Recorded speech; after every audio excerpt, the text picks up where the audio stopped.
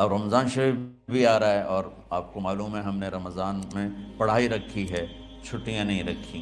جب میں نے حسنین شروع کیا 1999 میں، تو اللہ نے میرے دل میں یہ بات ڈالی کہ رمضان تو علم کا مہینہ ہے، انا انزلناہ فی لیلۃ القدر، اور چاروں آسمانی کتابیں رمضان میں اور سارے صحیفے رمضان میں۔ اپنے اللہ کو کیا پسند تھا اس مہینے کا۔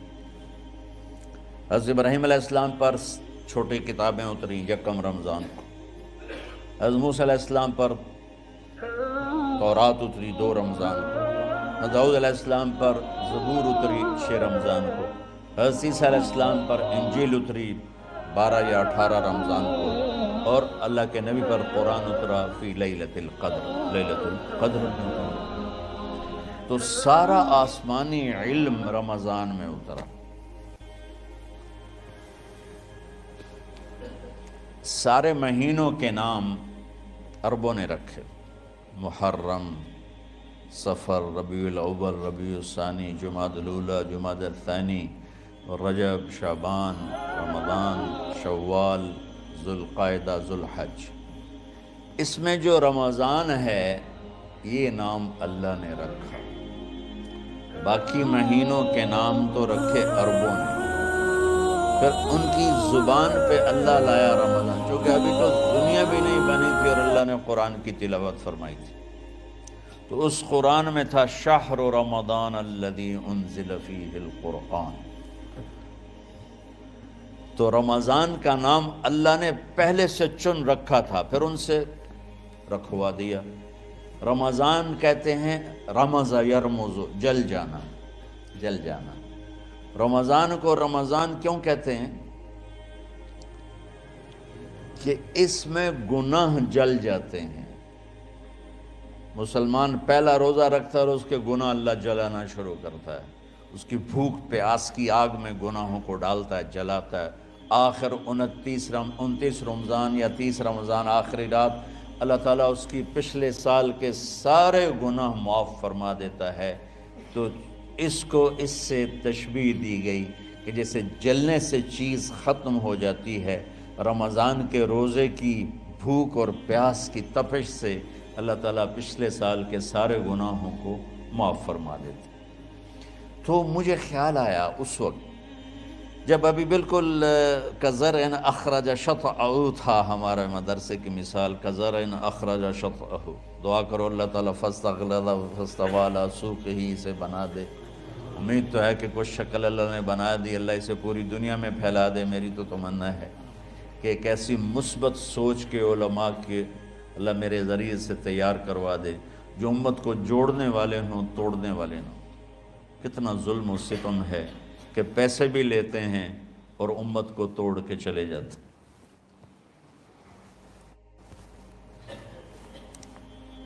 میں نے ایک خطیب سے کہا تم یہ منفی تقریریں کیوں کرتے ہو، تم مثبت کیوں نہیں کرتے؟ تھوڑی چیزیں ہیں بتانے کے لیے لوگوں کو جس پر سارے مسئلے، سچ بولو، کون سا مسئلہ کس کے خلاف کہے گا، محبت کرو، کس مسلک کے خلاف ہے یہ بات، ماں باپ کی خدمت کرو، رزق حلال کماؤ، شراب سے بچو، زنا سے بچو، جوئے سے بچو، سود سے بچو، رشوت سے بچو، جھوٹ سے بچو، ظلم سے بچو، ماں باپ کی نافرمانی سے بچو۔ یہ کتنی باتیں ہیں جو امت کو بتانے کی ضرورت۔ کہنے لگا یہ پھر پیسے نہیں لبدے، پیسے ہی اس گل دے لبدن کہ آج تسی فلانے آندہ توا لین بجامنا، اگر منہ میں توا نہ لگاؤں تو میں تو نہ پیسے ہی نہیں دے۔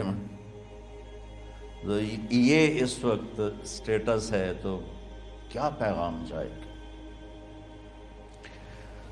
تو اللہ تعالیٰ آپ کو مثبت بنائے۔ رمضان میں چونکہ سارا علم اترا تو مجھے خیال آیا کہ ہمیں رمضان میں چھٹی کرنا تو ایک ایسی عادت ہے، کوئی سنت تو ہے نہیں، تو مجھے رمضان میں پڑھائی کروانی چاہیے، چاہے تھوڑی ہوگی، روزے کی بھوک بھی ستائے گی اور رات کے جاگنے کی وجہ سے نیند بھی ستائے گی، لیکن اس میں ایک لفظ سینکڑوں لفظوں پہ بھاری ہوگا غیر رمضان۔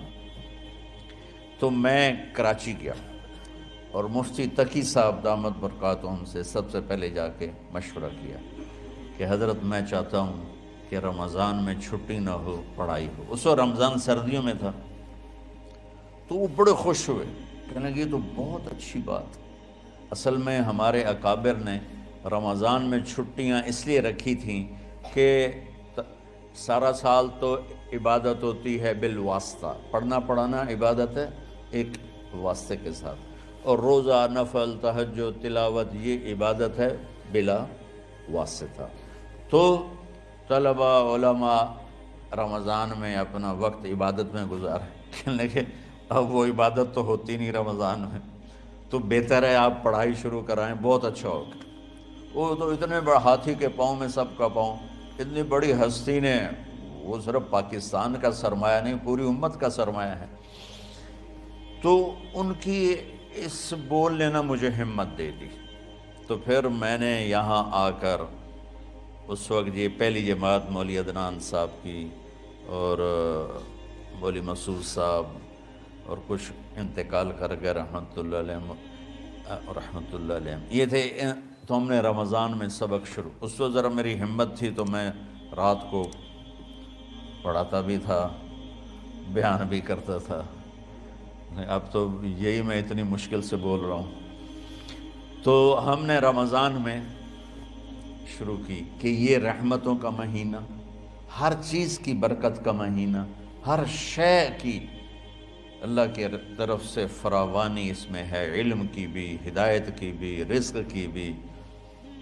غریب سے غریب آدمی بھی سموسے بنا کے بیٹھا ہوتا ہے، پکوڑے بنا کے بیٹھا ہوتا ہے، اور دسترخوان پہ ایک کی بجائے 3 چیزیں پڑی ہوتی ہیں۔ چاہے رمضان کے بعد سب کے پیٹ خراب ہوں، ایک واری تک کھانے دی تباہی پھیر دیں۔ روزے کا مقصد ہی فوت ہو جاتا ہے۔ روزہ تو ہوتا ہے بھوک کے لیے، پر وہ اتنا کھاتے ہیں کہ سحری کا کھانا افطاری تک ہضم نہیں ہوتا، اور افطاری کا کھانا سحری تک ہضم نہیں ہوتا، پر انہیں دونوں کا ہی کھاونا ہے۔ کہتا بھوک نہ لگے، بھوک نہ لگے۔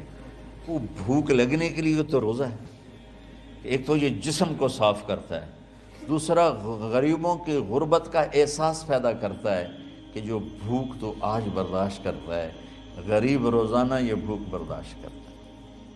تو اللہ کے غریبوں کا، غریب بندوں کو کی خدمت کر، ان تک اپنے مال پہنچا، اپنا اللہ نے دیا ہے تو ان کو بھی اس میں شریک کر، قبر میں لے جائے گا۔ تو اللہ تعالیٰ نے میرے دل میں یہ ڈالا، تو ہم نے تعلیم رمضان میں شروع کی، کیونکہ قرآن رمضان میں اترا، انجیل رمضان میں اتری، زبور رمضان میں اتری، تورات رمضان میں اتری۔ پھر اللہ نے اس مہینے کا نام خود رکھا شہر رمضان، شہر رمضان۔ اس میں شب قدر رکھی، اس میں رات کی ایک نماز۔ اچھا، پہلی امتوں پہ روزہ فرض تھا افطاری سے افطاری، افطاری سے افطاری، بہت شدید تھا، 24 گھنٹے کا روزہ۔ بس افطاری کے بعد آنکھ لگ جاتی تو روزہ اگلا شروع ہو جاتا تھا۔ تو ہم پر بھی پہلے ایسے ہی روزہ اترا، افطاری سے افطاری۔ تو ابن سرمہ رضی اللہ تعالی عنہ اونٹ چرانے والے تھے، وہ شام کو لوٹے تو بیوی سے پوچھا کوئی افطاری کا سامان ہے؟ انہوں نے کہا ہے تو نہیں، میں کہیں سے لے آتی ہوں۔ وہ گئیں افطاری کا کوئی سامان لینے، ان کو تھوڑی دیر ہو گئی اور ان کی آنکھ لگ گئی، تھکے ہوئے تھے، سورج ڈوب گیا۔ جب وہ آئیں تو ان کا ہائے سرمہ تو ہلاک ہو گیا۔ کہ کیا ہوا؟ کہ اگلا روزہ شروع ہو گیا کیونکہ تیری آنکھ لگ گئی۔ تو انہوں نے کہا چلو کوئی بات نہیں، لیکن ظہر کے وقت بے ہوش ہو گئے۔ ایک روایت میں آتا ہے نماز پڑھنے آئے اور گر گئے، اور ایک میں آتا ہے گھر میں بے ہوش ہوئے۔ تو جو بھی صورتحال تھی اللہ کے نبی کو پتہ چلا۔ کیا ہوا سرمہ کو؟ کہا جی وہ افطاری کر نہیں سکے تو روزہ شروع ہو گیا تو بے ہوش ہو گئے۔ تو اللہ کے نبی رنجیدہ ہوئے، تو اللہ تعالیٰ نے قرآن اتار دیا، چلو میرے محبوب ساری رات کھاؤ، حتیٰ یتبین لکم الخیط الابیض من الخیط الاسود من الفجر، کہ میرے محبوب صبح صادق تک آپ کی امت کو اجازت ہے، کھاؤ۔ پہلی امتوں پر افطاری سے افطاری، لیکن ان کی نماز تراویح نہیں تھی۔ تو ہمیں اللہ تعالیٰ نے دیا سحری تک، پوری رات. اچھا ایک صحابی آئے, یا رسول اللہ میں تو مارا گیا. آپ نے کہا کیا ہوا؟ کہا میرا روزہ تھا, میں بیوی کے پاس چلا گیا. آپ نے کہا تو پھر تو غلام آزاد کر, کفارہ دے. کہا جی میں تو خود غریب آدمی ہوں, غلام کہاں سے آزاد کروں, خریدنا پڑے. آپ نے کہا 60 مسکینوں کو کھانا کھلا. کہ میں آپ مسکین ہیں, میں کینوں کھانا کھلاؤں؟ آپ نے فرمایا پھر آخری ہے کہ 60 روزے رکھ, مسلسل رکھنے ہوتے ہیں جو کفارے کے ہوتے ہیں. وہ کہنے لگا ایک روزے چاہے کم کیتا ہے, 60 روزے جو میں کی کروں گا. تو آپ نے فرمایا اچھا ٹھیک ہے بیٹھ جا. بیٹھ گئے. تھوڑی دیر ہوئی تو ایک انصاری صحابی کھجوروں کا ٹوکرا لے کر رکھے, یا رسول اللہ یہ صدقے کی کھجوریں ہیں, تقسیم فرما دیں. تو آپ نے فرمایا بھائی وہ کدھر ہو؟ کہا جی بیٹھا ہوں. آپ نے کہا ادھر آ, یہ کھجوریں لے جا اور 60 گھروں میں تقسیم کر دے. سبحان اللہ, اللہ نے اس امت کو لاڈ لڈائے ہیں, یہ اللہ کی لاڈلی امت. عجیب واقعہ یہ.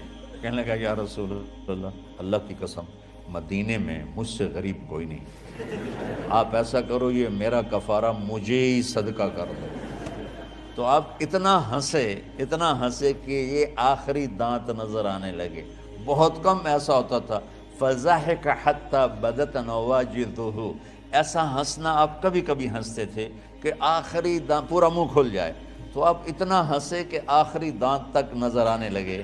تو آپ نے کہا اچھا جا لہ جا تیرے واسطے, لیکن یہ صرف تیرے لیے اور کسی کے لیے نہیں ہے. تو جب ایسی خیانت ہوئی تو اللہ تعالیٰ نے دوسرا حکم بھی اتار دیا, باشروہن, کہ تمہارے لیے بیوی بھی حلال ہے, کھانا بھی حلال ہے جب تک صبح صادق نہیں ہو جاتی.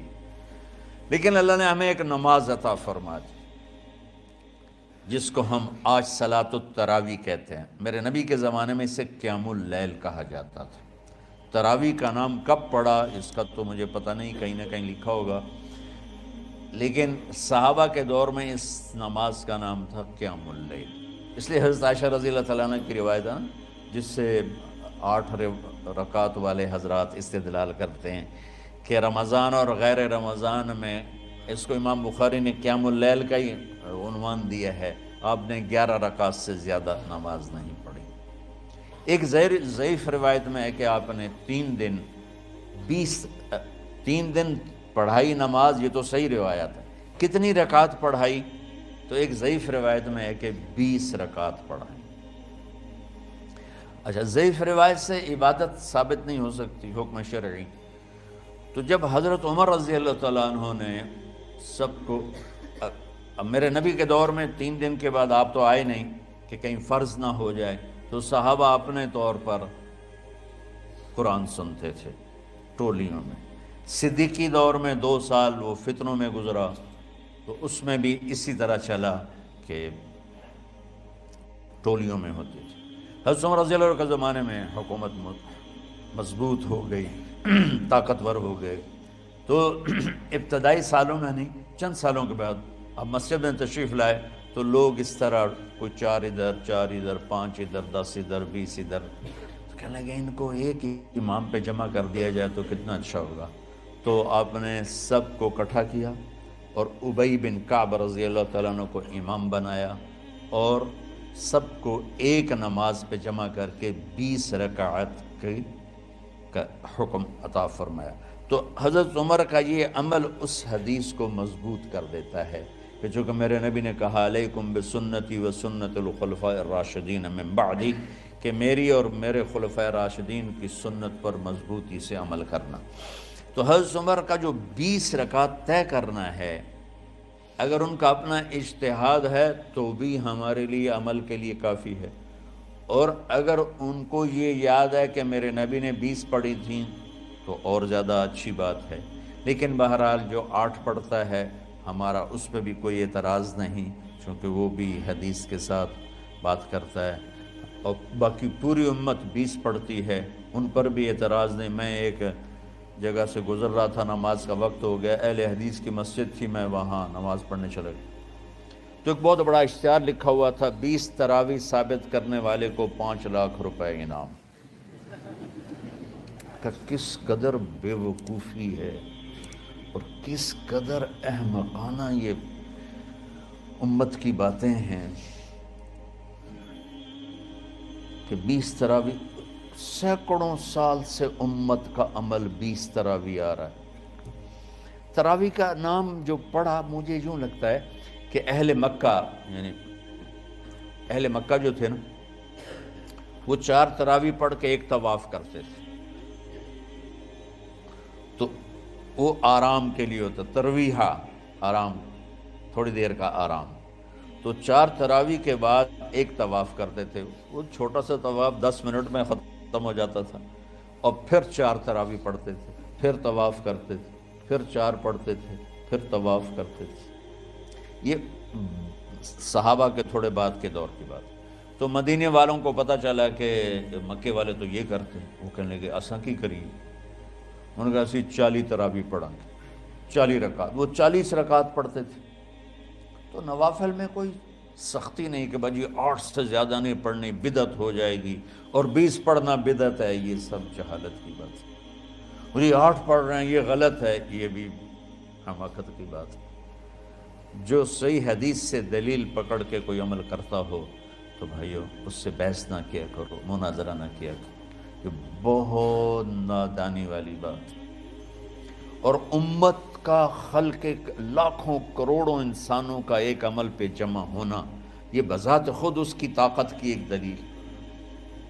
اور حرمین جب سے میرے رب نے، حضرت عمر نے 20 رکعت شروع کی، آج تک وہاں بھی ساری مساجد میں 8 رکعت تراویح ہوتی ہے، لیکن حرمین کی مسجد میں 20 رکعت، ادھر بھی ادھر بھی۔ اور یہ جو وہاں ختم قرآن پہ دعا نہیں مانگی جاتی، یہ کس کا عمل ہے؟ حضرت عثمان کا۔ حضرت عثمان نے اپنے دور خلافت میں تراویح پڑھانے والے سے کہا جب قرآن ختم کرو تو دعا کرنا۔ وہ کہنے لگے جی کیا دعا کروں؟ کہ جو تیرے دل میں آیا کرنا۔ تو ختم قرآن کی رات تراویح کی آخری رکعت میں من الجنت والناس کے بعد دعا کے لیے ہاتھ اٹھانا، یہ حضرت عثمان رضی اللہ تعالیٰ عنہ نے اس کو زندہ فرمایا۔ اور امام دعا کرتا تھا 1 منٹ، 10 منٹ، 20 منٹ، جتنے بھی، اور پیچھے لوگ آمین کہتے تھے۔ وطر کی جماعت نہیں ہوتی تھی، وطر کو با جماعت حضرت مولا علی رضی اللہ تعالیٰ عنہ نے شروع کی کہ وطر کو بھی با جماعت پڑھا جائے۔ تو یہ ان کی سنت ہے کہ وطر کو با جماعت پڑھا گیا۔ تو اب یہ لہٰذا یہ سارے سنت جو کام ان خلفۂ راشدین سے ہوا وہ بھی سنت ہے۔ تو اللہ نے ہمیں ایک عبادت دے دی کہ میرا قرآن پڑھو اور سنو۔